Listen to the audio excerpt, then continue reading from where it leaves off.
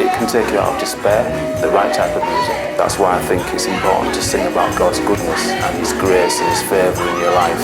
Music is important when it's actually linked to the right experience, which is God in your life.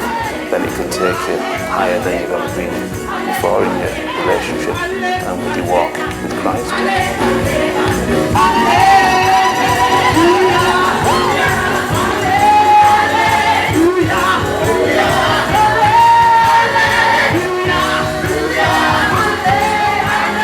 It's about unity, it's about togetherness, and it's about a common goal. We're enriched ourselves by the act of worship. We receive strength to go forward, and it's very important to do that.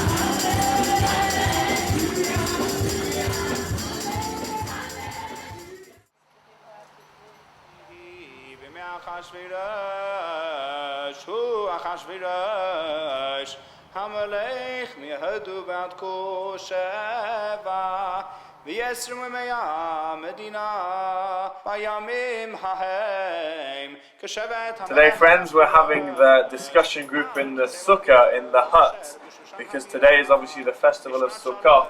It's the festival of the tabernacles. It symbolises that when the Jewish people came out of Egypt and wandered for 40 years in the wilderness, from the time they went to Egypt to the promised land Israel, the time of Moses, after the 10 plagues and everything, they had a protective cloud that was with them the whole time.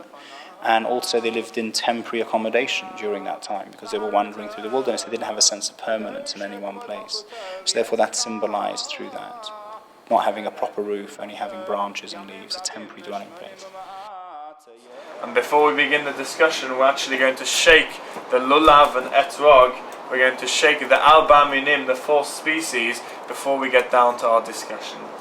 Baruch Ata Adonai Eloheinu Melech HaOlam Asher Kidishanu B'mitzvotav V'tzivanu Al Netilat Lulav.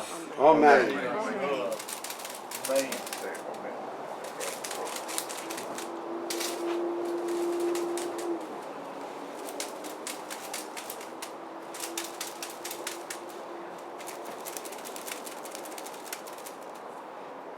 Yeah.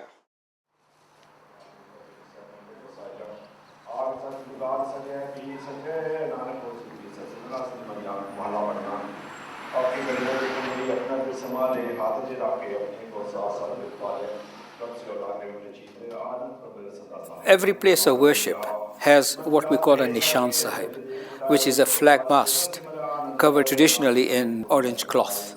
This is a sign to say that there is a God's place where one can get help in the way of food and also rest if one wants it. The flag masts are usually fairly tall so that they are visible from a long distance. In our case, the flag mast is actually on top of the roof. And twice a year, every year, we pull the mast down and we take the old covering off and dress it with a new covering. This is called the Chola Sahib. There is a ritual that has to be followed. What we do is wash the flag post, flag mast, with yogurt.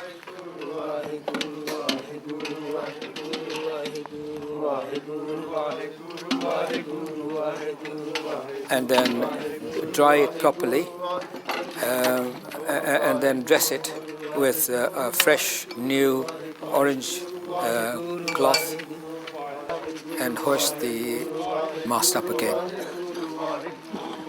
That is the ceremony that is performed twice a year in this gudwara.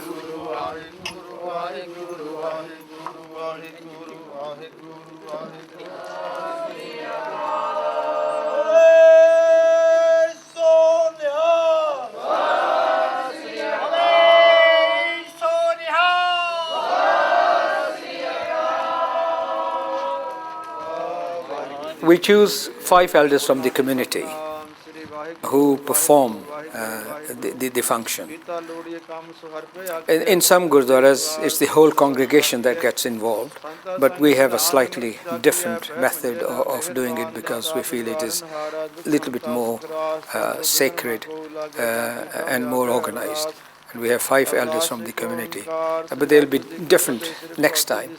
We give everybody a chance to perform that bit of seva. Yeah.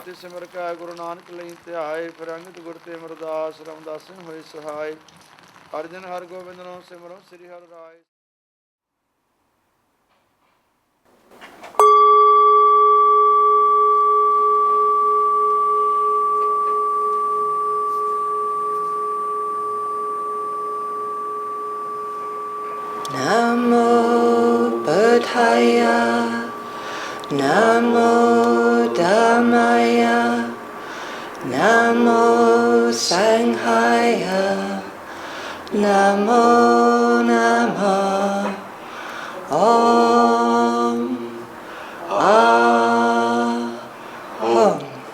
We would learn to meditate with one of 2 practices, as you said, the loving kindness meditation, the metta bhavana, or with a meditation which focuses on the breath, which uses the breath as an anchor. And we're learning to meditate, with this body, with these sensations, feelings, thoughts, emotions, whatever's actually present. Just learning to be aware of those. So when we're practicing, it's not a thing that one does at the beginning. That's simply what we're trying to do, is to be aware in each moment. And there are lots of different ways of doing that. If you're using the breath as a focus for meditation, you would bring your awareness to the breath, stay with the breath, explore the breath. Your mind would wander off and you would just very patiently bring it back. Your mind would wander off again, you'd patiently bring it back. And you'd be aware of what was happening, so you'd be aware of the sensations, you'd be aware of being caught up in feelings of anger, and that's what's drawing your mind away. And you're not trying to block anything out, not trying to get rid of anything, but perhaps just allowing the mind to settle more and more with the breath so that other things going on become clearer.